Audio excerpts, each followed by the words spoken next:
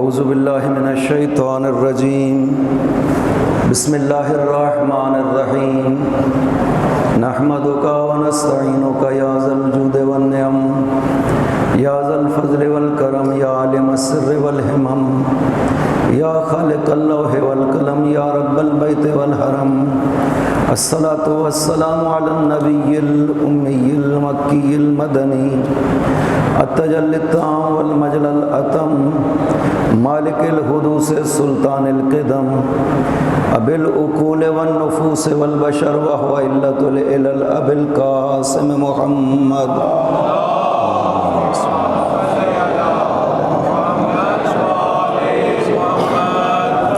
وعلى ابن عمه ووارث علمه وخلیفته صاحب الولایت التشریع والتکوین امیر المؤمنین وعلى السیدة المعصومة الجلیلہ التي هي جوہرۃ القدس من الکنز الخفی بدت فابدت تالیات الاحرف ام ائمة الغر بل ام ابیها سیما بقیت اللہ العظم فی الارضین روحی لہ الفدا وارواح العالمین ولعنۃ اللہ علی اعدائہم اجمعین اما بعد بسم اللہ الرحمن الرحیم ثم اورثنا الکتاب الذین اصطفینا من عبادنا صلوات بر محمد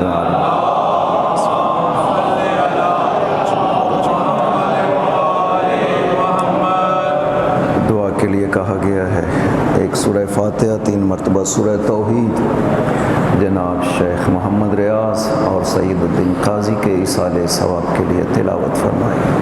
بسم اللہ الرحمن الرحیم الحمد للہ رب العالمین الرحمن الرحیم مالک یوم الدین ایاک نعبد و ایاک نستعین اہدنا الصراط المستقیم صراط الذین انعمت علیہم غیر المغضوب علیہم ولا الضالین بسم اللہ الرحمن الرحیم قل هو اللہ احد اللہ الصمد لم یلد ولم یولد ولم یکن له کفوا احد بسم اللہ الرحمن الرحیم قل هو اللہ احد اللہ الصمد لم یلد ولم یولد ولم یکن له کفوا احد بسم اللہ الرحمن الرحیم قل هو اللہ احد اللہ الصمد لم یلد ولم یولد ولم یکن له کفوا احد اللہم بحق الزہرا و ابیہا و بعلہا و بنیہا اغفر للمؤمنین والمؤمنات والمسلمین والمسلمات خصوصا منہم المخصوصین والمخصوصات بفضلک و رحمتک یا ارحم الراحمین صلوات بر محمد و آل محمد اللہم صلی علی محمد و آل محمد۔ خداوند عظیم سورہ فاطر کی 32 نمبر آیت میں ارشاد فرماتا ہے ثم اورثنا الکتاب الذین اصطفینا من عبادنا، اور پھر ہم نے اپنی کتاب کا وارث اپنے ان بندوں کو قرار دیا جن کا ہم نے خود انتخاب کیا ہے اور جن کا ہم نے خود استفاء کیا ہے۔ خداوند عظیم نے قرآن کریم ہماری ہدایت کے لیے نازل کیا ہے۔ قرآن کریم میں کل میں نے عرض کیا تھا کہ خدا نے راہ ہدایت اس طرح سے بیان کی ہے جس میں ذرہ برابر شک و شبہ نہ ہو۔ خدا کا یہ دعویٰ ہے اس قرآن کریم میں ان ھذا القرآن یہدی للتی ہی اقوم، قرآن کریم ایک ایسے راستے کی ہدایت کرتا ہے جو مضبوط ترین راستہ ہے جس میں ذرہ برابر بھی ابہام اور شبہ نہیں پایا جاتا ہے۔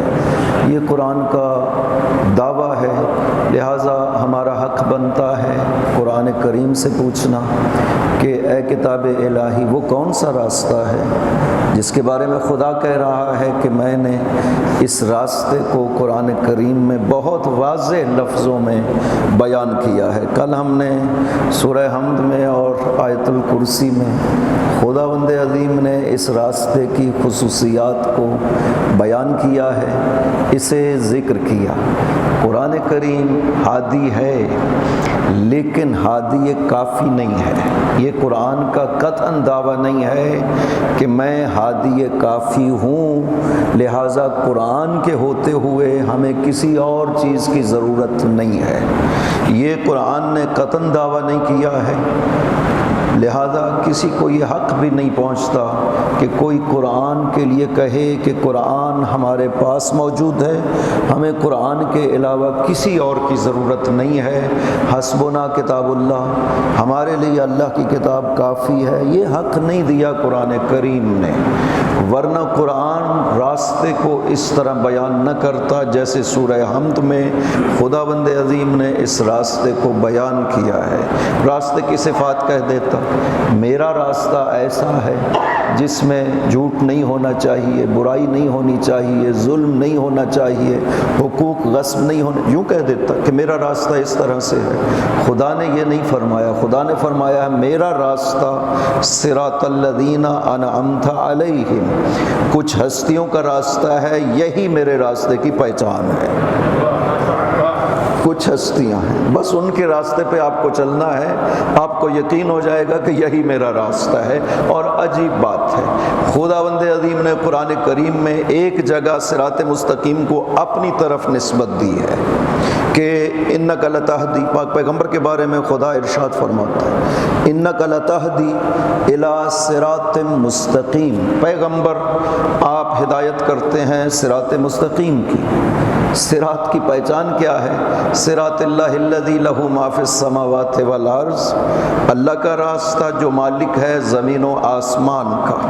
یہاں پہ خدا نے قرآن کریم میں یہی دو نسبتیں صراط مستقیم کی خدا نے قرآن میں ذکر کی ہیں۔ کبھی کہا کہ میرا راستہ ہے، کبھی پیغمبر کو فرمایا انک علی صراط مستقیم، کبھی انبیاء کو کہا کہ یہ صراط مستقیم پہ ہیں، سب کے لیے کہا کہ سب صراط مستقیم پہ ہیں، لیکن کہیں پہ بھی صراط مستقیم کو نسبت نہیں دی۔ یہ دو جگہ ہیں جہاں پہ خدا نے صراط مستقیم کی پہچان کے لیے اس کی نسبت دی ہے، ایک اپنی طرف نسبت دی صراط مستقیم کی، اور دوسرا وہ ہستیاں جن کو سورہ حمد میں خداوند عظیم نے بیان کیا۔ دونوں جگہوں پہ عجیب فرق رکھا ہے خداوند عظیم نے، جہاں پہ اپنی طرف نسبت دیا ہے وہاں پہ معرفہ ذکر نہیں کیا صراط مستقیم کو۔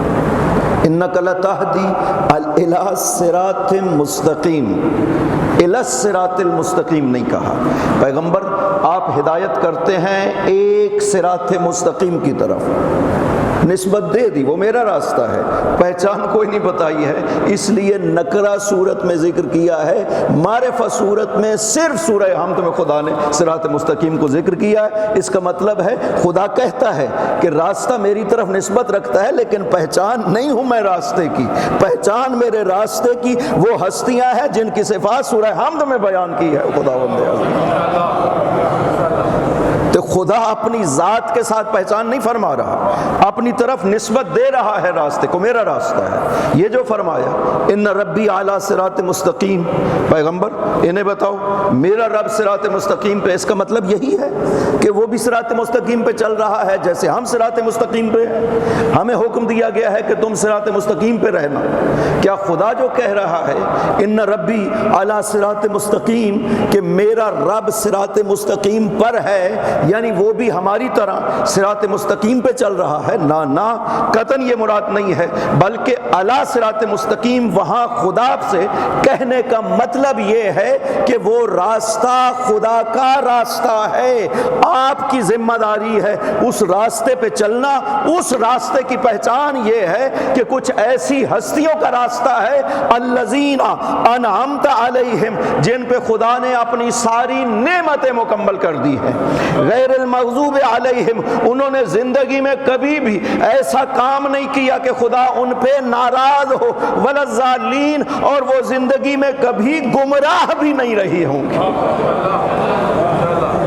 خدا نے کیسی پہچان بتا دی، لہٰذا جب اپنی طرف نسبت دیتا ہے پہچان نہیں بتاتا ہے، صراط کو نکرہ ذکر کرتا ہے، نکرہ یعنی معین نہیں ہے صراط، باوجود اس کے کہ کہتا ہے صراط اللہ الذی، خدا کا راستہ ہے، لہو ملک السماوات والارض، جو مالک زمین و آسمان ہے، وہ خدا کا راستہ ہے، لیکن خداوند پہچان نہیں ہے اس راستے کی، اس لیے کہ چلنا تو ہمیں ہے، لہٰذا اس راستے کی پہچان ایسی ہستیاں ہونی چاہیے کہ جن کے پیچھے چل کر راہ خدا پہ پہنچا جا سکے، وہ تو ہستیاں ہونی چاہیے۔ خدا اس لیے خدا نے عجیب ہے، قرآن کریم جو ہے نا اس میں بہت غور و فکر کرنے کی ضرورت ہے۔ خدا نے حقائق کو قرآن کریم میں بیان کیا ہے، لہٰذا وہاں پہ کہا الی صراط مستقیم، پیغمبر آپ ایک صراط مستقیم کی ہدایت کرتے ہیں۔ صراط اللہ خدا کا راستہ ہے، کوئی پہچان نہیں بتائی ہے۔ نکرہ صورت میں ذکر کرنے کا مطلب یہی ہے کہ خدا کی نسبت سے پہچان نہیں ہو سکے گی آپ کو۔ صرف سورہ حمد میں، پورے قرآن کریم میں صراط کو نسبت دیا ہے، اور معرفہ صورت میں خدا نے صراط مستقیم کو ذکر کیا ہے۔ اہدنا الصراط المستقیم، الف لام اوپر آ گیا ہے، فرمایا صراط معین ہو گیا ہے جس صراط میں آپ کو چلانا چاہتا ہوں، اور معین کس طرح سے ہوا ہے؟ بس ان ہستیوں کو دیکھنا جن میں یہ تین صفات پائی جاتی ہیں، انہی کا راستہ صراط مستقیم کہلاتا ہے۔ قرآن کتاب ہدایت ہے، نازل بھی اس لیے کیا گیا ہے۔ قرآن کے ترجموں میں اٹھا کر دیکھیے، غلط ترجمے کیے گئے ہیں سورہ الحمد کے، ہمارے اپنے تراجم میں بھی یہ غلطی موجود ہے، ادھر تو موجود ہے ہی صحیح۔ ایک روایت کی بیس پر یہ غلطی واقع ہوئی ہے، وہ ضعیف سی ایک روایت ہے، اس میں یہ آیا ہے کہ راستے ہیں تین، ایک راستہ صراط مستقیم ہے، دو راستے دائیں اور بائیں ہیں، ایک یہودیوں کا راستہ ہے، اسے کہا کہ تیرا راستہ چاہیے، غیر المغضوب علیہم، نہ ان کا راستہ جن پہ تیرا غضب ہوا ہے، دوسرا راستہ عیسائیوں کا راستہ ہے ولا الضالین، اور نہ ان کا راستہ چاہیے جو گمراہ ہوئے ہیں۔ یہ ترجمہ کرنے سے خداوند عظیم جو بات بتانا چاہتا تھا لوگوں کو، وہ مطلب بالکل ہی دفن کر دیا ہے مترجمین نے، صرف دقت نہ کرنے کی وجہ سے۔ ورنہ علیہم یہ کس سے تعلق رکھتی ہے؟ اس غیر المغضوب علیہم یہ کس سے تعلق؟ اسی الذین سے جس کو پچھلی آیت میں بیان کر رہا ہے۔ ولا الضالین کس کے لیے ذکر کیا جا رہا ہے؟ انہی کے لیے الذین جن کو پہلے ذکر کر چکا ہے۔ خداوند عظیم ان ہستیوں کی پہچان بتانا چاہتا ہے، آپ نے راستے تین کر کے وہ مقصد ہی ختم کر دیا خداوند عظیم جو بتانا چاہتا ہے۔ سورہ حمد سب سے بڑی دلیل ہے امامت الہیہ پر۔ اللہم صلی علی محمد و آل محمد وجہ۔ اور ایک اور بات، سورہ حمد میں جو بہت نقطہ ہے، یہ سب سے اہم نقطہ ہے، پھر ایک مرتبہ ان تراجم کو دیکھیے گا جو اردو ترجمے اس آیت کے کیے گئے ہیں، کہ کس طرح سے گمراہ کر دیا گیا لوگوں کو، حق چھپا لیا گیا جس حق کو خدا نے اتنا واضح بیان کر دیا ہے، بجائے اس کے کہ یہ بتانے کے کہ یہ تین صفات ان ہستیوں کی ہیں جن کی طرف اس راستے کو خداوند عظیم نے نسبت دی ہے، بجائے اس کے تین راستے بنا دیے گئے۔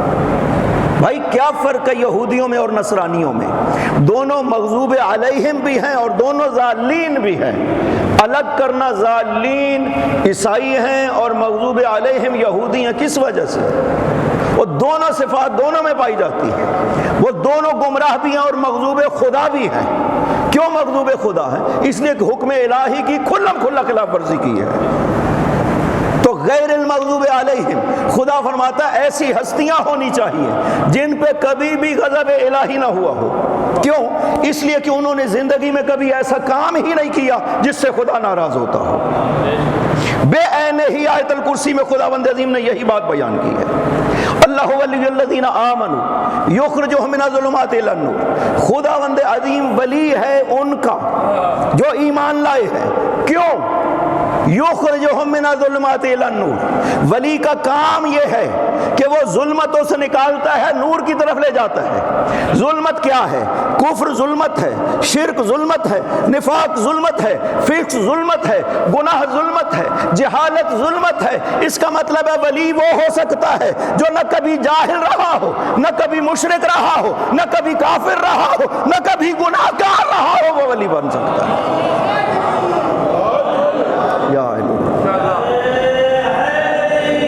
یا علی یا علی۔ دوسری بڑی دلیل امامت الہیہ کی پہچان کی آیت الکرسی ہے۔ پہلی بڑی دلیل سورہ حمد ہے، اور دوسری بڑی دلیل قرآن کریم میں آیت الکرسی ہے۔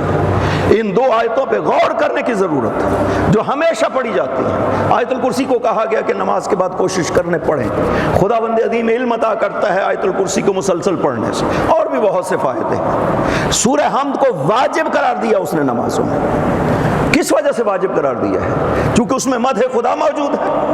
الحمدللہ رب العالمین الرحمن الرحیم مالک یوم الدین ایاک نعبد، یہ مدح خدا موجود ہے۔ اس سے زیادہ مدح خدا، معرفت خدا سورہ توحید میں موجود ہے۔ سورہ توحید واجب نہیں کرتا خداوند عظیم، سورہ حمد کو واجب کرتا ہے، اس لیے کہ لوگوں کی ہدایت سے تعلق ہے اس کا، قیامت تک کے لیے لوگوں کی ہدایت کا بندوبست خداوند عظیم نے سورہ حمد میں ذکر کیا ہے۔ لہذا وہ کہتا ہے نمازوں میں پڑھو اسے، تاکہ کل یہ نہ کہہ سکو خداوندہ تیرے قرآن میں یہ آیت موجود تھی مجھے پتہ نہیں چل سکا، کبھی تلاوت کر لی لیکن ذہن میں نہیں آئی، اس نے واجب قرار دیا ہے۔ دوسرا نقطہ جو سورہ حمد میں بہت دقت کے قابل ہے کہ آپ سارے اعتراف تو خدا سے مربوط ہیں، وہ سارے کے سارے کر چکے ہیں اس سے پہلے اس کی بارگاہ میں، خدا بندہ میں تمہیں عالمین کا رب سمجھتا ہوں، میں تیری رحمتوں کا قائل ہوں، میں صرف تیری عبادت کرتا ہوں، حساب کے دن کا بھی میں اعتراف کر رہا، سارے اصول دین کا تو آپ اعتراف کر رہے ہیں۔ اس کے بعد آپ اس سے عرض کرتے ہیں اہدنا الصراط المستقیم، خداوندہ مجھے صراط مستقیم کی ہدایت فرما۔ اس کا مطلب کیا ہے کہ اگر یہ ہدایت صراط مستقیم کی نہ ہو سکی، ان ہستیوں تک نہ پہنچ سکے جن تک خدا پہنچانا چاہتا ہے، نہ توحید کا اقرار قبول ہوگا، نہ قیامت کا اقرار قبول ہوگا، نہ عبادت الہی مانی جائے گی بارگاہ خدا۔ اللہ اکبر، یا رسول اللہ، یا علی، یا علی، اللہم صلی علی محمد و آل محمد وعجل فرج۔ قرآن کریم کی جتنی تعلیمات ہے خدا نے سورہ حمد میں بیان کی ہے، خود کہتے ہیں ام الکتاب ہے کہ یہ ماں ہے کتاب کی، مرجع ہے تعلیمات قرآن کا سورہ حمد۔ کیوں؟ اس لیے کہ خدا نے سب کچھ سورہ حمد میں بیان کر دیا، امامت تک اور کھول کر شرائط سمیت خداوند عظیم نے بیان کیا۔ اب یہاں پہ وہ حدیثیں سمجھ آتی ہیں جن میں کہا گیا کہ خداوند عظیم ہماری ولایت کے علاوہ کوئی بھی عبادت قبول نہیں کرتا ہے۔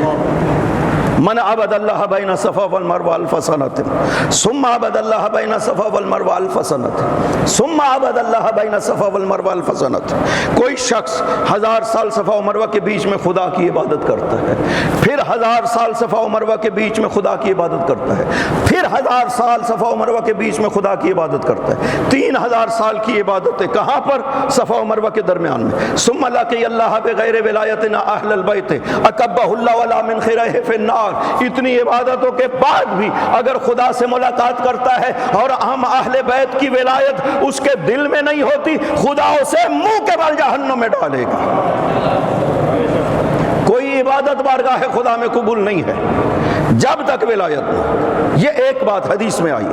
دوسری بات حدیث میں آئی ہے، سورہ روم میں خداوند عظیم نے ارشاد فرمایا ہے فَأَقِمْ وَجْهَكَ لِلدِّينِ حَنِيفًا فِطْرَتَ اللَّهِ الَّتِي فَطَرَ النَّاسَ عَلَيْهَا، اپنے رخ کو مستقیم کر لو اس دین حنیف پر کہ جس فطرت پہ انسان کو خداوند عظیم نے خلق کیا ہے۔ اس آیت کے ذیل میں سورہ روم کی 30 نمبر آیت، خداوند معصومین نے روایات کو ذکر کیا گیا، سوال کیا گیا فما فطرت اللہ یا ابن رسول اللہ، یہ فطرت الہی کیا ہے؟ ایک حدیث میں ارشاد فرمایا فطرت اللہ التوحید، جس فطرت پہ انسانوں کو خلق کیا گیا ہے وہ توحید ہے۔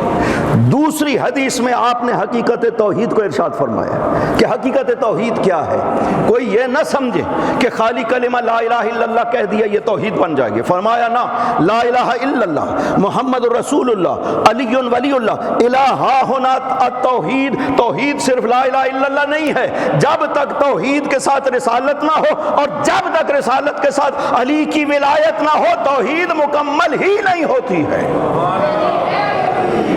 یا علی یا علی، یہاں سمجھ آتی ہے یہ بعینی وہی بات ہے جو سورہ حمد میں خداوند عظیم فرما رہا ہے۔ ربوبیت کا اقرار ہو گیا، رحمانیت کا اقرار ہو گیا، عبادت کا اقرار ہو گیا، سب اقرار ہو گئے۔ اس کے بعد فرماتا ہے اب مجھ سے ہدایت طلب کرو صراط مستقیم کی۔ اس کا صاف مطلب ہے کہ اگر صراط مستقیم کی ہدایت نہ ہو تو جتنے اقرار بارگاہ خدا میں کر چکے ہو، کوئی اقرار بھی قابل قبول نہیں ہوگا خدا کے حضور۔ ولایت اتنا اہم مسئلہ ہے، اس ولایت کے بغیر خدا کچھ بھی قبول نہیں کرتا ہے، دین کا کوئی کام بھی ہو، توحید کو بھی نہیں مانتا ہے۔ مثالیں ذکر کی ہیں خدا نے قرآن کریم میں۔ ابلیس کی کیوں مثال ذکر کی؟ مختلف صورتوں میں، سورہ بقرہ سے لے کر کے سورہ صاد، سورہ طٰہٰ، ہر جگہ پہ قرآن کریم میں مسلسل ابلیس کی مثالیں ذکر کر رہا کہ میں نے آدم کو بنایا، میں نے کہا سجدہ کرنا، فسجد الملائکۃ کلھم اجمعون الا ابلیس ابا واستکبر وکان من الکافرین، میں نے کہا سجدہ کرو، سب فرشتوں نے سجدہ کیا، ابلیس نے انکار کر دیا۔ خدا نے عجیب بات یہ ہے کہ اپنی اور ابلیس کی جو آپس میں گفتگو ہوئی ہے قرآن میں پوری ذکر کی ہے، جس طرح اس نے گستاخی اور بے ادبی کی خدا کے حضور میں، خدا نے ساری بیان کی ہے۔ میں بہتر ہوں، آدم کا سجدہ کیوں کرواتا ہے مجھ سے؟ میں اس سے بہتر ہوں۔ خلقتنی من نار وخلقتہ من طین انا خیر منہ، میں اس سے بہتر ہوں۔ خلقتنی من نار، چونکہ تو نے مجھے آگ سے پیدا کیا، اس سے مٹی سے پیدا کیا۔ نہیں مانا، خداوند عظیم نے کہا کہ میں جو کہہ رہا ہوں تم کرو سجدہ، تمہیں اس سے کیا مسئلہ؟ اس نے کہا کہ ایک کام کر خداوندہ، مجھے لو افوتنی عن السجود لآدم، اگر سجدہ آدم سے معافی دے دے تو عابد کا، میں تیری ایسی عبادت کروں گا لم یعبد کا ملک مقرب، کہ اس طرح کی عبادت کسی ملک مقرب نے نہیں کی ہوگی۔ پیشکش کر دی نا خدا کو کہ اس کے بدلے میں ایسی عبادت کروں گا، اور واقعاً زمین پہ جتنی وہ عبادت کر چکا تھا وہ بہت زیادہ تھا۔ مولا نے نہج البلاغہ میں ارشاد فرمایا ہے کہ فقد عبد اللہ ستۃ آلاف سنہ، اس نے خداوند عظیم کی زمین پر 6000 سال عبادت کی ہے، امن سنی دنیا من الآخر، اور پھر حضرت خود فرماتے ہیں کہ آپ کو کیا پتہ وہ دنیا کے 6000 سال تھے یا آخرت کے 6000 سال تھے؟ اگر آخرت کے 6000 سال ہو تو 60000 سال بنتا ہے، کم سے کم 6000 سال اس نے خدا کی عبادت کی ہے۔ اتنی عبادتیں کی کہ خداوند عظیم نے اس کو ترقی دی، مقام دیا، اوپر لے گیا، وہاں پہ فرشتوں کو درس دیتا ہے بیٹھ کر کے ممبر نور کے اوپر، لیکن یہاں پہ خداوند عظیم کے مقابل میں کھڑا ہو جاتا ہے، اور پھر خداوند عظیم نے کہا کہ نہیں، مجھے تیری عبادت کی ضرورت نہیں ہے، انی احب ان اعبد کما ارید لا کما ترید، میں خدا اپنی مرضی کی عبادت چاہتا ہوں، تیری مرضی کی عبادت مجھے نہیں چاہیے، جیسا تم چاہو ویسا نہیں، جیسا میں چاہتا ہوں۔ میں اس طرح اپنے خلیفے کے واسطے سے عبادت، سجدہ تو خدا کا تھا، حضرت آدم کو تو سجدہ نہیں کیا ہے، آدم کو قبلہ بنایا گیا، معصوم سے پوچھا گیا ابن رسول اللہ یہ سجود آدم کو تھا؟ فرمایا نہیں، سجود تو خدا کو تھا، آدم قبلہ بنایا تھا خداوند عظیم نے۔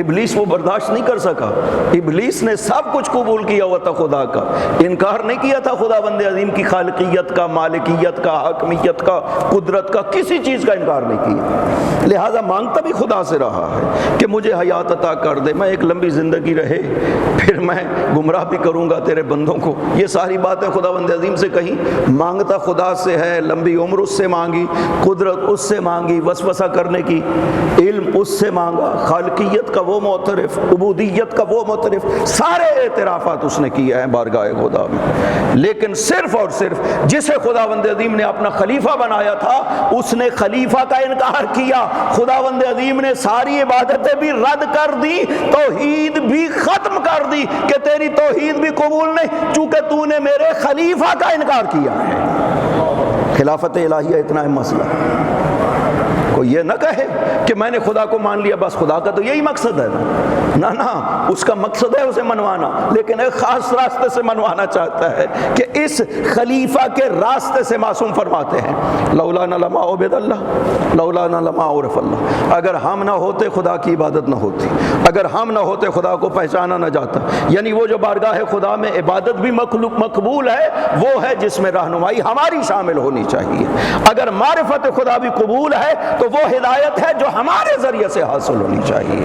لوگوں کی مرضی ذرہ برابر بھی، معصوم نے ارشاد فرمایا ہے کہ اگر خداوند عظیم چاہتا نا، ایک زیارت جامع کبیرہ ہے اور ایک زیارت جامع صغیرہ ہے۔ مفاتی کھولیں، مفاتی میں زیارات مطلقہ جو ہیں ان میں یہ دونوں زیارتیں موجود ہیں۔ زیارت جامع کبیرہ امام علی نقی علیہ الصلوۃ والسلام روح اللہ الفدا، اللہم صلی علی محمد و آل محمد وعجل فرجہ، اور زیارت جامع صغیرہ حضرت امام رضا علیہ الصلوۃ والسلام روح اللہ الفدا، اللہم صلی علی محمد و آل محمد وعجل فرجہ۔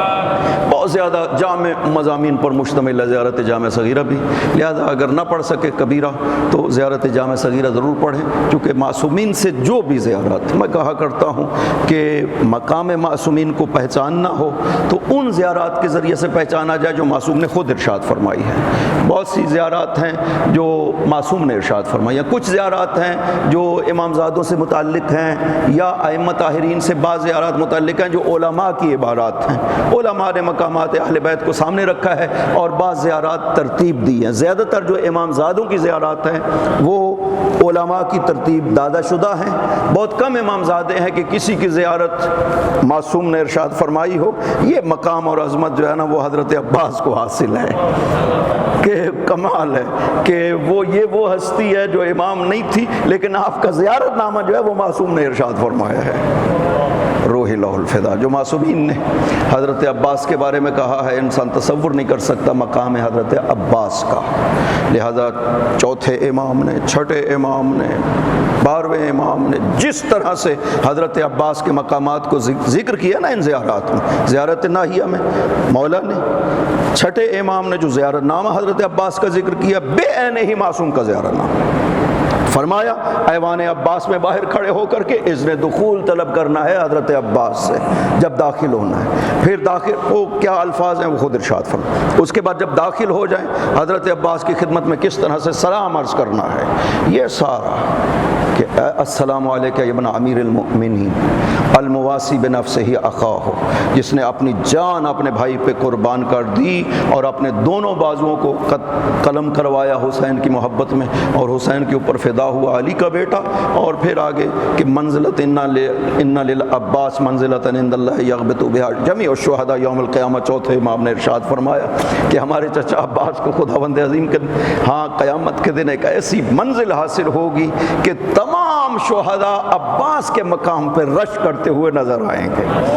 یہ ہے مقام عباس، یہ معصوم ہستی ہے۔ امامت کے شرائط پائے جاتے تھے حضرت عباس میں، لیکن چونکہ سیدہ کی اولاد نہیں تھے اس وجہ سے امام نہیں بن سکتے تھے، لہٰذا ورنہ وہ جو مقام کے لحاظ سے ہے نا، مولا حسین کا یہ جملہ کہنا کہ یا عباس ارکب بنفسی انت یا اخی، اے عباس میرے بھائی میری جان آپ پہ قربان ہو، سوار ہو اور ان سے جا کر پوچھے کہ یہ کیا چاہتے ہیں۔ حسین کہیں ایک ہستی سے کہ میری جان تجھ پہ قربان ہو، یہ کوئی مبالغہ تھوڑی ہے حسین جو فرما رہے ہیں۔ دو جملے ہیں جس سے پہچان کروائی ہے حسین نے ان ہستیوں کی، ایک سیدہ زینب سلام اللہ علیہا کے لیے آخری وقت میں جب رخصت ہو رہے تھے تو فرمایا تھا کہ یا اختاہ لا تنسینی فی صلاتک اللیل، بہن زینب مجھ حسین کو اپنے نافلہ شب میں ضرور یاد رکھنا۔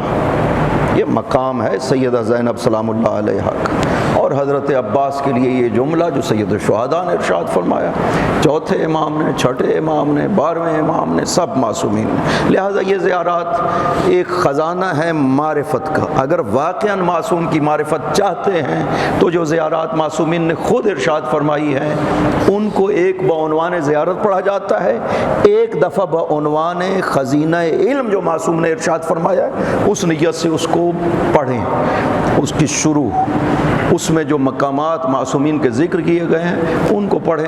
لہذا زیارت جامعہ کبیرہ بھی معصوم نے ارشاد فرمائی، اور علامہ مجلسی کے بقول اصحھا سندن و متنن، صحیح ترین زیارت ہے سند و متن کے لحاظ سے۔ اور ایک زیارت سید الشہداء کی زیارت مطلقہ مفاتیح الجنان میں ضرور دیکھیے کہ جس کو جناب شیخ مفید نے ملا یحض الفقی میں صرف ایک زیارت سید الشہداء کی ذکر کی ہے، حالانکہ متعدد زیارات ہیں سید الشہداء کی۔ شیخ صدوق نے ملا یحض الفقی میں صرف ایک زیارت ذکر کی ہے، اور فرماتے ہیں شیخ صدوق کہ یہ زیارت جو ہے نا سید الشہداء کی فیہ کفایت، یہ سند کے لحاظ سے اصحھا صحیح ترین زیارت ہے، اور مطالب کے لحاظ سے فیہ کفایت، مقام سید الشہداء کے لحاظ سے اسی زیارت میں کفایت ہے، کسی اور زیارت کی ضرورت نہیں ہے۔ تو اس طرح کی ہمارے پاس زیارات موجود ہیں۔ تو جامع صغیرہ پڑھے، اس میں ایک جملہ ہے، مولا ارشاد فرماتے ہیں کہ لو شاء اللہ ان یعرف العباد نفسہ لعرفہم، خداوند عظیم اگر چاہتا کہ اپنی پہچان لوگوں کو بلا واسطہ کروانا چاہتا تو وہ کروا دیتا، لیکن خداوند عظیم کی یہ سنت نہیں ہے کہ وہ اپنے بندوں سے بلا واسطہ ربط کرے اور اپنی معرفت انہیں عطا کرے۔ خداوند عظیم کی یہ سنت نہیں ہے، وَلَكِنَّهُ جَعَلَنَا بَابَهُ وَصِرَاطَهُ وَسَبِيلَهُ وَوَجْهَهُ الَّذِي لَا يُؤْتَى إِلَّا مِنْهُ۔ خداوند عظیم نے ہمیں اپنا دروازہ بنایا ہے، ہمیں اپنا راستہ بنایا ہے، اور ہمیں اپنا وہ چہرہ بنایا ہے کہ خدا تک نہیں پہنچا جا سکتا مگر صرف ہمارے ذریعہ سے۔ خدا کی سنت یہ کہ اپنی پہچان کروانا چاہتا ہے تو ان خاص ہستیوں کو ارشاد فرمایا ہے۔ ایک حدیث ہے، ایک آیت کے ذیل میں خدا نے قرآن کریم میں ارشاد فرمایا فَلَمَّا أَسَفُونَا انتَقَمْنَا، کہ جب ہم کسی پہ ناراض ہوتے ہیں ہم ان سے انتقام لیتے ہیں۔ قرآن میں ارشاد فرمایا۔ معصوم سے پوچھا گیا، پانچویں امام سے، ابن رسول اللہ، یہ تو دونوں کیفیتیں ہیں، خداوند عظیم کیفیتوں سے پاک و منزہ ہے۔ اسفونا، ناراض ہونا کسی کو، ہم ناراض ہوتے ہیں خدا کہتا ہے۔ انتقمنا، ہم انتقام لیتے ہیں، انتقام لیا جاتا ہے تشفی کی خاطر تاکہ انسان کا دل ٹھنڈا ہو۔ خدا کو ان چیزوں کی ضرورت نہیں ہے ابن رسول اللہ۔ خدا کیوں یہ فرما رہا ہے؟ آپ نے ارشاد فرمایا خدا کیفیات سے پاک ہے، یہ کیفیات خدا پہ طاری نہیں ہوتی، ناراض بھی ہوتا ہے، راضی بھی ہوتا ہے، خوش بھی ہوتا ہے بعض لوگوں پہ، یہ کیفیات اس پہ طاری نہیں ہوتی ہیں۔ اس کی کیفیات کو پہچاننا ہو تو بیچ میں اس نے کچھ ہستیاں قرار دی ہے جن کی رضا کو اپنی رضا کہتا ہے اور ان کی ناراضگی کی اپنی ناراضگی کہتا ہے۔ خداوند عظیم، ہمیں خدا نے ایسا قرار دیا کہ اس کی رضا کو جاننا ہو تو ہماری رضا کو جاننا چاہیے، اس کی ناراضگی کو جاننا ہو تو ہماری ناراضگی، ہم جس پہ راضی ہیں اس پہ وہ راضی ہے، ہم جس پہ ناراض ہیں اس پہ خدا ناراض ہے۔ یہ کس طرح سے قرار دیا خداوند عظیم نے معصومین کو؟ یہ ہے معرفت معصومی۔ صرف یہ پہچاننا کافی نہیں ہے کہ فلاں ابن فلاں ہمارے امام، یہ کافی نہیں، یہ کم ترین معرفت ہے کہ معصوم کی امامت کا اعتراف کر دیا جائے، ورنہ معصوم نے خود ارشاد فرمایا ہے کہ ہماری معرفت ضروری ہے ان مقامات کے ذریعے سے جو خدا نے ہمیں عطا کی ہے۔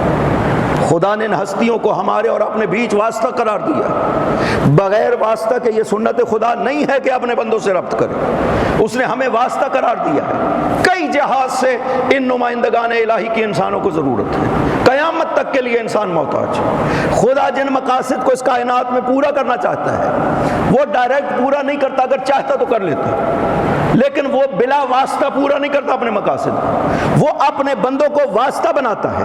ان بندوں کے ذریعے سے میں اپنا مقصد پورا کرنا چاہتا ہوں۔ خدا نہیں چاہتا کہ عدل اس کائنات میں نافذ ہو، پوری کائنات عدل کا نمونہ بن جائے، چاہتا ہے خدا نہیں چاہتا کہ امن اس دنیا میں نافذ ہو، فساد زمین پر کہیں بھی نہیں ہونا چاہیے۔ خدا نہیں چاہتا کہ کلمہ توحید پوری دنیا پہ چھانا چاہیے تاکہ شرک باقی نہ رہے، کوئی مظاہر شرک باقی نہ رہے۔ خدا یہ سب چاہتا ہے، کیوں نہیں انجام دیتا خدا؟ اس کی قدرت میں تو کوئی کمی نہیں ہے۔ اگر وہ چاہے کہ پوری دنیا امن ہو جائے، سارے شرک کے جو مظاہر ہیں وہ ختم ہو جائے، عدل نافذ ہو جائے، وہ کر سکتا تھا بغیر واسطہ کے۔ وہ کسی کا محتاج نہیں ہے، اپنا کوئی کام کرنے میں کسی کا محتاج نہیں ہے، لیکن خدا کی سنت یہ نہیں ہے کہ وہ کوئی کام بغیر اپنے نمائندہ کو کیا انجام دے۔ وہ ہر کام جو کرنا چاہتا ہے اپنا مقصد اس کائنات میں وہ اپنے نمائندوں کے ذریعے سے پورا کرتا ہے. یہی وجہ ہے کہ اس نے ایک ہستی کو ذخیرہ میں رکھا ہوا ہے جسے بقیت اللہ خیر لکم ان کنتم مؤمنین کہتے ہیں قرآن کریم میں، کہ بقیہ خدا آپ کے لیے سب سے بہتر ہے. اگر آپ ایمان رکھتے ہیں تو آپ کے لیے کوئی اور چیز بہتر نہیں ہے وجود امام زمانہ کے علاوہ. اس کے لیے فرماتا ہے وعد اللہ الذین آمنوا منکم وعملوا الصالحات، خدا نے وعدہ کیا ہے ان لوگوں سے جو ایمان لائے اور عمل صالح کیے. کیا کریں؟ لا یستخلفنہم فی الارض کما استخلف الذین من قبلہم، خلافت میں عطا کروں گا. فرماتا ہے میں تمہیں زمین میں خلیفہ بناؤں گا. کس لیے خلافت دینا چاہتا ہوں؟ تاکہ وہ جو اپنے مقصد ہیں وہ سارے پورے کر سکو. خدا انتظار کر رہا ہے کہ وہ مقصد پورا ہو. آج تک وہ مقصد پورا نہیں ہو سکا. دین کو غلبہ نہیں ہو سکا تمام ادیان، حالانکہ اسے ذکر کیا ہے رسالت کے ہدف کے طور پر خدا بند عظیم، سورہ توبہ میں بھی اور سورہ صف میں بھی. دو جگہ پہ قرآن کریم میں نبی پاک کے ہدف کے طور پہ ذکر کیا کہ میرا رسول هو الذی ارسل رسولہ بالہدی ودین الحق لیظہرہ علی الدین کلہ ولو کرہ المشرکون. میں نے رسول کو بھیجا ہے دین دے کر کے، دین حق دے کر، ہدایت دے کر کے بھیجا. کیوں؟ لیظہرہ علی الدین کلہ، تاکہ اس دین کو تمام ادیان پہ غلبہ دے خدا بندے سے. ولو کرہ المشرکون، مشرک نہیں چاہیں گے، مشرک ناپسند کریں گے اس غلبہ کو، لیکن میرے نبی کو بھیجا، نبی یہ کام کرے گا. اٹھائیے مفسرین کیا کہتے ہیں اس آیت کے ذیل میں. شیعہ سنی دونوں معصومین کی حدیثیں موجود، اہل سنت مفسرین کے اقوال موجود کہ اس آیت کا مفہوم آیا دنیا میں پیدا ہو گیا. پاک پیغمبر جو رہے لیظہرہ علی الدین کلہ ہو گیا. بے شک اقوال لکھے ہیں مفسرین نے، متعدد اقوال لکھا کہ اس کا معنی کیا ہو سکتا ہے، لیکن جس قول کو بڑے بڑے مفسرین نے اختیار کیا ہے، فخر رازی، محمود آلوسی، سالبی، بیضاوی، ان لوگوں نے جس قول کو اختیار کیا ہے، کہا کہ نہ، اس آیت کا بھی مضمون اس کائنات میں حاصل نہیں ہوا. وَسَيَتَحَقَّقُ، ان قریب جس وقت مہدی تشریف لائے گا اس آیت کا مضمون دنیا میں متحقق ہو جائے گا. زمانہ کی ذات پر بلند الصلوات. اللہم صلی علی محمد و آل محمد وعجل فرج. وہ تو چاہتا ہے کہ دین کو غلبہ ہو، لیکن بلا واسطہ وہ نہیں کرنا چاہتا. کرنا چاہتا تو کر دیتا، دین غالب ہو جاتا، تمام ادیان کو ختم کر دیتا، دنیا سے کافروں کو ختم کر دیتا. اس آیت کے ذیل میں فرماتے ہیں، جناب آلوسی بھی فرماتے ہیں کہ جس وقت مہدی تشریف لائیں گے لم یبق علی وجہ الارض مشرک اصلا، دنیا میں کوئی مشرک باقی نہیں رہے گا. خدا یہی چاہتا ہے نا کہ شرک باقی نہ رہے. پورا کس نے کرنا ہے؟ پیغمبر کے بیٹے نے، جس کے اوپر پیغمبر بھی فخر کرتے ہیں کہ مہدی میری اولاد میں سے ہے. فرمایا کہ ابھی پورا نہیں ہوا. خوب نسبت تو خدا پیغمبر کی طرف دے رہا. آپ سارے مفسرین قبول کر رہے ہیں کہ کام پیغمبر کا ہے، انجام پیغمبر کا بیٹا دے گا. اس کا مطلب ہے کہ جو امامت حق کا ہے ان کا فعل فعل پیغمبر شمار ہوتا ہے. یہ قرآن کہہ رہا ہے اور آپ قبول کر رہے ہیں کہ اس آیت کا مطلب ابھی حاصل نہیں. ادھر بھی آیا استخلاف، سورہ نور کی آیت نمبر 55 کہ وعدہ کیا ہے میں نے کہ میں خلافت عطا کروں گا. کس لیے؟ وَلَا يُمَكِّنَنَّ لَهُمْ دِينَهُمُ الَّذِي ارْتَضَىٰ لَهُمْ، تاکہ دین کو نافذ کروں اس زمین پر جس دین پر میں راضی ہوا. میں زمین پر اس دین کو نافذ کرنا چاہتا ہوں، خداوند فرماتا ہے. اور اگلا فرماتا ہے وَلَا يُبَدِّلَنَّهُم مِّن بَعْدِ خَوْفِهِمْ أَمْنًا، لوگوں کو تبدیل کروں گا، ان کے دل میں احساس امنیت پیدا ہو جائے گا. خوف فساد کا، ناامنی کا ان کے دل سے ختم ہوگا. خداوند عظیم یہ کہنا چاہتا ہے، لوگوں کو تبدیل کرنے کی بات کر رہا ہے. ایسا امن نافذ ہوگا کہ ہر شخص اپنے اندر سے یہ احساس کرے گا کہ دنیا میں امن نافذ ہو گیا. ورنہ حکومتیں دعویٰ کر دیتی ہیں کہ ہم نافذ کر دیا ہم نے، ہوتا نہیں ہے۔ معاشرے میں وہ ساری برائیاں ہو رہی ہوتی ہیں، حکومتیں دعویٰ کر دیتی ہیں کہ ہم نافذ ہو گئے، اسے ہم نہیں ہے۔ خدا نے عجیب لفظ استعمال کیا، خدا کہتا ہے وَلَا يُبَدِّلَنَّهُمْ، میں لوگوں کو تبدیل کروں گا، خوف کی جگہ پہ امن آ جائے گا، یعنی ہر شخص اپنے اندر سے یہ اطمینان محسوس کرے گا کہ اس وقت معاشرے میں امن ہے اور ناامنی بالکل ختم ہو جائے گی، خوف بالکل ختم ہو جائے گا۔ خدا کہتا ہے کیوں یہ سب کیوں کرنا چاہتا ہوں کہ دین نافذ ہو جائے گا، امن آ جائے گا۔ کیوں؟ یعبدوننی لا یشرکون بی شیئا، اصل مقصد تو یہ ہے کہ صرف میری عبادت ہو اور شرک بالکل نہ رہے دنیا میں، خدا یہ چاہتا ہے۔ معصوم فرماتے ہیں کہ جب ہمارا مہدی تشریف لائے گا نا تو دنیا میں امن نافذ ہو جائے گا۔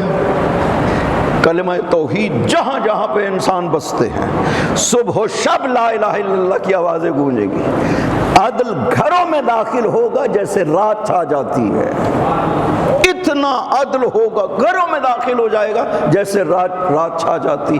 دن کی مثال نہیں دی چونکہ جہاں سایہ و دھوپ نہیں جاتی ہے، رات ہر جگہ چھا جاتی ہے۔ فرمایا جیسے رات چھا جاتی ہے نا، عدل اس طرح سے ہمارا قائم نافذ کرے گا، اور جب وہ عدالت کو نافذ کرے گا تب لوگوں کو پتہ چلے گا کہ عدالت کہتے کسے ہیں۔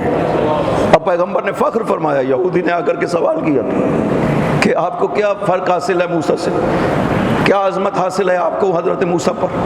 موسیٰ تو وہ تھا خدا اس سے کلام کرتا تھا، موسیٰ تو وہ ہے جس پر بادل سایہ فگن رہتا تھا، اولو العزم انبیاء میں سے ہے، صاحب کتاب ہے، آپ کو کیا فضیلت حاصل ہے موسیٰ کے اوپر؟ آپ نے یہودی کو وہ بیان کی حدیث مفصل ہے کہ دیکھو اپنی تعریف کرنا اچھی بات نہیں ہے، لیکن میں تمہیں بتاؤں کہ آدم کی بھی خدا نے توبہ قبول کی ہے، تو جب آدم نے خدا کو میرا اور میری آل کا واسطہ دیا ہے، خدا نے نوح کی کشتی کو بھی نجات بخشی ہے تو تب جب میرا اور میری آل کا واسطہ دیا ہے، خدا نے ابراہیم پہ آگر گلزار کی ہے تو میرا اور میری آل کا واسطہ دینے کی وجہ سے، خدا نے موسیٰ کو کلیم بنایا ہے تو میرا اور میری آل کا واسطہ دیا۔ آج اگر موسیٰ ہوتا اور میری رسالت پہ ایمان نہ لاتا تو موسیٰ کی رسالت ذرہ بھی فائدہ نہ دیتی موسیٰ کو، اور عیسیٰ کو خداوند عظیم نے اگر نجات بخشی ہے تو ہماری وجہ سے۔ اور فرماتے ہو یہودی سنو، وہ میرا بیٹا مہدی ہوگا جو آخر الزمان میں تشریف لائے گا، اور عیسیٰ آسمان سے اتر کر اس کے پیچھے نماز پڑھنے والوں میں سے شامل ہوگا۔ میرا بیٹا، فرماتے ہو میرا بیٹا ہے کہ عیسیٰ جیسا اولو العزم پیغمبر جس کے پیچھے نماز پڑھے گا۔ حافظ ابن کثیر ابن حجر کہتا ہے فتح الباری میں کہ تواترت الاخبار، روایات متواتر ہیں، ان المہدی من هذه الامہ وان عیسیٰ ابن مریم یصلی خلفہ، کہ مہدی کا تعلق اس امت سے ہے اور عیسیٰ مہدی کے پیچھے نماز پڑھنے والوں میں سے ہوں گے۔ روایات متواتر ہیں، متواتر روایات کا مطلب یہ ہے کہ اگر کوئی متواتر روایت کا انکار کرتا ہے وہ کافر ہے، جیسے قرآن کا منکر کافر ہے۔ یہ سارے مفتی کہتے ہیں، بن باز تک نے اپنے فتاوی میں یہ کہا، اسی حضرت کی روایات کے ذیل میں مفتی بن باز کہتا ہے کہ مہدی کی جو روایات ہیں وہ متواتر ہے، لہٰذا اگر کوئی مہدی کا انکار کرتا ہے وہ کافر ہے، اس لیے کہ روایات متواتر ہے۔ متواتر روایت کا انکار مثل انکار قرآن، جیسے قرآن کا انکار کرنے والا کافر ہے، دین سے خارج ہے، کسی متواتر روایت کا انکار کرنے والا کافر ہے، دین سے خارج ہے۔ حضرت کا اتنا مسئلہ واضح ہے، خدا نے قرآن کریم میں یہ دو مطلب ذکر کیے ہیں، ایک پیغمبر اس دین کو غلبہ دیں گے، دین کون سا؟ دین الحق کہہ کر کے بیان کیا۔ ادھر اس سورہ نور کی آیت نمبر 55 میں ارشاد فرمایا کہ وَلَيُمَكِّنَنَّ لَهُمْ دِينَهُمْ الَّذِي ارْتَضَىٰ لَهُمْ، دونوں جگہوں پہ خدا چاہتا تو اسلام کہہ سکتا تھا، مراد اسلام ہے کہ میں اسلام کو نافذ کروں گا، پیغمبر اس اسلام کو غلبہ دے گا، چونکہ وہ من یبتغی غیر الاسلام دینا لن یقبل فلن یقبل منہ، قرآن میں کہتا ہے کہ اسلام کے علاوہ کوئی دین بھی قابل قبول نہیں ہے، تو وہاں ان دونوں آیتوں میں چاہتا تو اسلام کہہ سکتا تھا کہ اسلام کو غلبہ دے پیغمبر، میں اسلام کو نافذ کر دوں گا پوری دنیا میں، مطلب یہی ہے، لیکن خدا نے لفظ اسلام نہیں بولا۔ ایک جگہ پہ کہا دین الحق، ایک جگہ پہ کہا دینہم الذی ارتضی لہم، پوری پہچان کروائی ہے۔ اسلام تو کہہ دیتا، ایک لفظ کہہ دیتا، اضافہ ہو گیا الفاظ کا۔ قرآن تو فصاحت سے بھرپور کتاب ہے، بجائے مختصر کہنے کے تفصیل کیوں دی کہ 3 لفظ کہنے پڑے، 4 لفظ کہنے پڑے؟ سمجھانے کے لیے، اس لیے کہ پہچان کروانا چاہتا ہے، دنیا کو بتانا چاہتا ہے کہ وہ کون سا دین ہوگا جو نافذ ہوگا۔ سب اسلام کے نام سے ہے یہ دین متعدد ہو جائیں گے، فرقے متعدد ہو جائیں گے، ہر ایک دعویٰ کرے گا کہ میرا جو اسلام ہے یہ حقیقی اسلام ہے۔ ہر فرقہ یہی دعویٰ کرے گا، 73 فرقے، ہر فرقہ یہ دعویٰ کر رہا ہے کہ میرا جو اسلام ہے یہ حقیقی اسلام ہے۔ خدا اگر کہہ دیتا کہ اسلام نافذ کروں گا، اسلام کو غلبہ دوں گا، پتہ نہ چلتا کس فرقے کی بات کر رہا ہے۔ خدا نے پہچان کروا دی لفظ بدل کر کے، جیسے وہاں پہ کہا صراط الذین انعمت علیہم، الفاظ تفصیل بیان کر دی بجائے نام لینے کے، تاکہ کوئی شک و شبہ نہ باقی رہے۔ یہاں پہ بھی دونوں آیتوں میں خداوند عظیم نے لفظ بدل دیے، اسلام نہیں کہا، ایک جگہ کہا دین الحق، وہ جو حق والا دین ہے، یہ نہیں کہا الدین الحق، وہ دین جو حق ہے، یہ نہیں کہا، کہا حق والا جو دین ہے نا اسے غلبہ دیں گے پیغمبر۔ یہاں پہ فرمایا وہ دین الذی ارتضی لہم، جس پہ خدا راضی ہوا ہے۔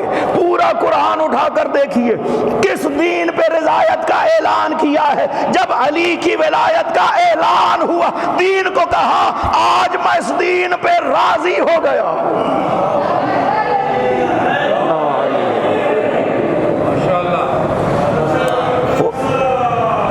اللہم صلی علی محمد وآل محمد وعجل فرجہ۔ خدا نے قرآن میں یہ حقائق کتنے کھول کے بیان کیے ہیں تاکہ کسی کو کوئی شک و شبہ نہ رہے۔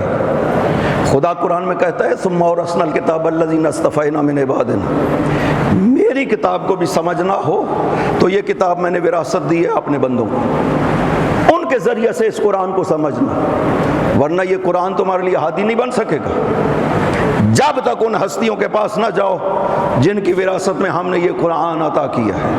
قرآن کتاب الہی، خدا کہتا ہے اورثنا، یہ وراثت میں دیا ہے ان بندوں کے جن کا استفاع ہم نے خود کیا ہے۔ قرآن کے وارث بھی خداوند عظیم کسی کو اختیار نہیں دیتا کہ وہ بنائیں، ورنہ جتنے بھی علماء موجود ہیں نا یہ وارث قرآن نہیں ہیں۔ مفسرین جنہوں نے تفسیریں لکھی ہیں یہ وارث قرآن نہیں کہلا سکتے، یہ سب کے سب اپنی معرفت کے مطابق قرآن کو پیش کرتے ہیں، آیت کا مطلب بیان کرتے ہیں۔ کسی مفسر سے قسم اٹھوا کر کے پوچھیں کہ جو تم آیت کا مطلب بیان کر رہے ہو تمہیں یقین ہے کہ یہ وہی مطلب ہے جو خدا بیان کر رہا ہے؟ پوچھئے کسی مفسر سے، کوئی مفسر یہ نہیں کہے گا کہ جو میں کہہ رہا ہوں یہ وہی ہے جو خدا کہہ رہا ہے۔ اگر یہ مفسر نہ کہہ سکے تو میرے لیے تو وہ ہدایت نہیں ہو سکتی نا، وہ تو مفسر کا نظریہ ہے، میرے لیے تو ہدایت وہ ہے جو خدا فرما رہا ہے۔ تو کوئی ذریعہ میرے پاس ہونا چاہیے جو یہ بیان کر رہے کہ خدا کیا فرما رہا ہے، کوئی ایسی ہستی ہونی چاہیے کہ جس کے دل میں مرضی خدا بغیر کسی واسطے کے ظاہر ہو سکے۔ لہذا دوسری جگہ بڑے صاف لفظوں میں کہتا ہے بل هو آیات بینات فی صدور الذین اوتوا العلم۔ قرآن کہاں پہ ملے گا آپ کو؟ آیات بینات کی صورت، ایسی آیات جو مطالب کو کھول کر بیان کرتی ہیں، یہ آپ کو کہاں سے ملے گا قرآن کریم؟ فرمایا فی صدور الذین اوتوا العلم، ان سینوں میں جنہیں علم عطا کیا گیا ہے۔ کوئی ہے مسلمانوں میں سے جس نے تلاش کیا ہو کہ مجھے قرآن سمجھنے کے لیے ان ہستیوں کے پاس جانا چاہیے؟ الذین اوتوا العلم، جنہیں علم عطا کیا گیا ہے۔ اور دوسری جگہ پہ بہت زیادہ کہا جاتا ہے نا قرآن و سنت ہمارے پاس موجود ہے، سنت پیغمبر جو موجود ہے، ہمیں کسی اور امام کی ضرورت نہیں، سنت پیغمبر موجود ہے۔ اور قول پیغمبر کو سمجھنے کے لیے بھی ان ہستیوں کی ضرورت ہے۔ قرآن سورہ محمد میں فرماتا ہے وَمِنْهُمْ مَنْ يَسْتَمِعُ إِلَيْكَ، پیغمبر کچھ ایسے ہیں آپ کے سامنے بیٹھنے والے، بڑے غور سے سنتے ہیں اپنی بات کو، آپ کیا فرما رہے غور سے سنتے ہیں۔ وَإِذَا خَرَجُوا مِنْ عِنْدِكَ، جب آپ کے پاس باہر نکل کر کے جاتے ہیں نا، قَالُوا لِلَّذِينَ أُوتُوا الْعِلْمَ مَاذَا قَالَ آنِفًا، انہیں کک سمجھ نہیں آتا کہ آپ کیا فرماتے ہیں، پھر وہ باہر نکل کر ان سے کہتے ہیں جنہیں علم عطا کیا گیا ہے ماذا قال آنفا، پیغمبر کیا فرما رہے تھے۔ اس کا مطلب ہے قرآن سمجھنا ہو اوت العلم کی ضرورت ہے، سنت پیغمبر بھی سمجھنی ہو تو اوت العلم کی ضرورت ہے۔ مسلمانوں تلاش کرو وہ کون سی ہستیاں جنہیں خدا نے علم عطا کیا ہے۔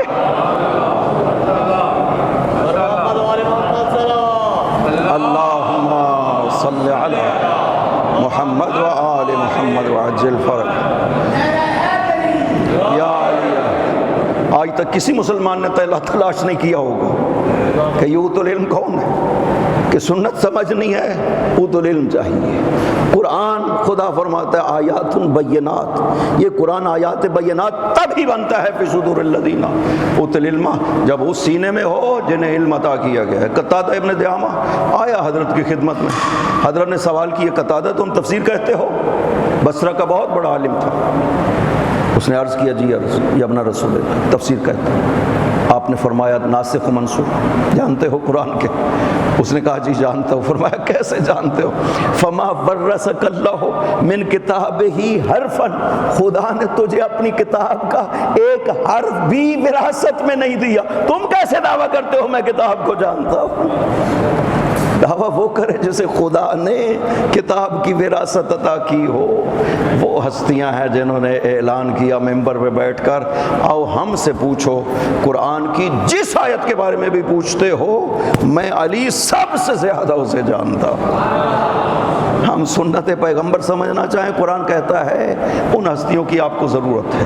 قرآن سمجھنا چاہیں، قرآن کہتا ہے ان ہستیوں کی ضرورت ہے، لہذا تلاش کریں ان ہستیوں کی جن کی صفات خدا نے سورہ حمد میں بیان کی ہیں، اور ان ہستیوں کی جنہیں خدا اوت العلم کہہ رہا ہے، تاکہ دین سمجھ آ سکے، صراط مستقیم حاصل ہو سکے۔ لیکن مسلمانوں نے بجائے اس کے کہ ان ہستیوں کو سمجھتے ان سے دین لیتے جنہیں خدا نے اوت العلم قرار دیا ہے، جنہیں اپنے دین کا امام قرار دیا ہے، مسلمانوں نے بجائے اس کے کہ ان سے علم لیتے ہدایت لیتے، لوگوں نے بہت زیادہ ظلم کیا ہے آل محمد پر۔ اس خطبے میں مولا نے ارشاد فرمایا تھا، جب مدینہ سے باہر ارشاد فرمایا، جب شام سے واپس آئے مدینہ میں پہلا خطبہ جب ارشاد فرمایا تو کہا تھا لوگو ہم وہ ہیں جن کی مودت کا خدا نے حکم دیا تھا قرآن کریم میں۔ اس حکم کے بعد ہمارے اوپر اتنے ظلم کیے گئے کہ اگر خدا کہتا نا کہ ہمارے ساتھ دشمنی کرو، اتنا ظلم پھر بھی تصور نہیں کیا جا سکتا تھا۔ جانتے ہیں پیغمبر اکرم زندگی کے آخری ایام میں جب اپنی آل کو دیکھتے تھے رو پڑتے تھے، ایسے ہاتھوں کو پکڑ لیتے، کمرے میں جب اکیلے حجرے میں ہوتے نا اپنے آل کے ہاتھوں کو ایسے پکڑ لیتے، حسن حسین کو سینے پہ لٹا کر کثرت سے روتے تھے۔ جب یہ سوال کرتے کہ مولا آپ کیوں رو رہے ہیں، فرماتا ہے لما تلقون من بعدی، اس پہ روتا ہوں جو میرے بعد آپ پہ مصیبتیں آنے والی ہیں۔ پیغمبر جانتے تھے، جبرائیل نے مسلسل بیان کیا آ کر کے۔ ایک دن واعظ و نصیحت ارشاد فرما رہے تھے، نماز ظہر پڑھی، ابن عباس کہتے ہیں رخ کیا لوگوں کی طرف اور واز فرمانے لگے۔ اسی اثناء میں حسن و حسین داخل ہوئے، حسن کو دائیں زانو پہ بٹھایا، حسین کو بائیں زانو پہ بٹھایا، حسن کے لبوں کے بوسے لیتے رہے بڑی دیر تک۔ جب حسین کی طرف توجہ کی تو حسین کے گلوں کو چومتے رہے۔ حسین نانا سے رخصت ہوئے، گئے ماں کے پاس، عرض کی اماں میرے منہ کی خوشبو تو سونگ کر کے بتایا بیٹا مشک و عنبر سے زیادہ خوشبو آتی ہے۔ فرمایا اماں کیا وجہ ہے؟ نانا میرے لبوں کو نہیں چوم رہے تھے، وہی حسن کے لبوں کو چومتے۔ بی بی نے ساتھ لیا، پیغمبر کو آ کر کے سلام عرض کیا، پوچھا بابا آپ بوسے لینے میں یہ فرق کیوں کرتے ہیں؟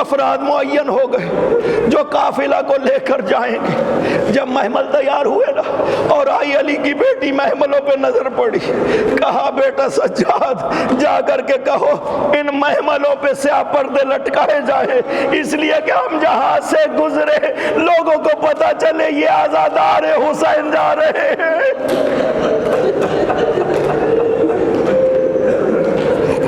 اجرکم علی اللہ۔ قافلہ پہنچا اس راستے پہ کہ جو ایک کربلا کو جاتا تھا ایک مدینہ کو جاتا تھا۔ بشیر ابن جزلم نے سوال کیا، یا ابن رسول اللہ بتائیے یہ راستہ کربلا کو جاتا ہے یہ مدینہ کو جاتا ہے، کدھر جاؤں؟ فرمایا میں پھوپھی اماں سے پوچھتا ہوں۔ جب سوال کیا پھوپھی اماں یہ مدینہ کا راستہ ہے یہ کربلا کا راستہ ہے، فرمایا بیٹا کربلا چلو میں اپنے حسین پہ پرسہ نہ دے سکی، اب میں جا کر حسین کو پرسہ دوں۔ اجرکم علی اللہ۔ 40 کا دن ہے، نبی کی بیٹیاں جب کربلا پہنچی حالت یہ تھی کہ کوئی بی بی کسی قبر پہ جاتی تھی، کوئی بی بی کسی قبر پہ جاتی تھی، علی کی بیٹی نے اپنے آپ کو قبر حسین پہ گرا لیا اور بوسے دیتی تھی۔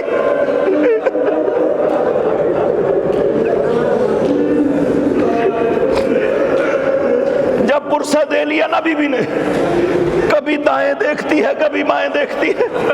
امام نے پوچھا پھوپھی اماں کیا تلاش کر رہی ہو؟ کہا بیٹا مجھے بتاؤ میرے عباس کی قبر کہاں ہے؟ اور جب گئی علی کی بیٹی قبر عباس پہ گرا کر بوسے لیتی تھی، بھئی عباس بہن آئی ہے۔ وَسَيَعْلَمُ الَّذِينَ ظَلَمُوا أَيَّ مُنْقَلَبٍ يَنْقَلِبُونَ۔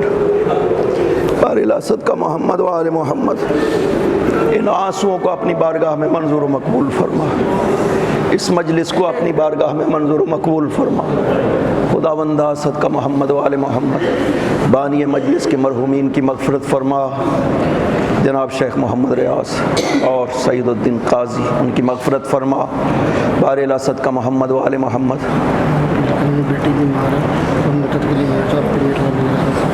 بارِ صدقہ محمد و آل محمد، بیماروں کو شفاء کامل و عاجل عطا فرما، خصوصاً ان کی بیٹی مریض ہے بارِ الہ بیمار کربلا کا واسطہ ان کو شفاء کامل و عاجل عطا فرما۔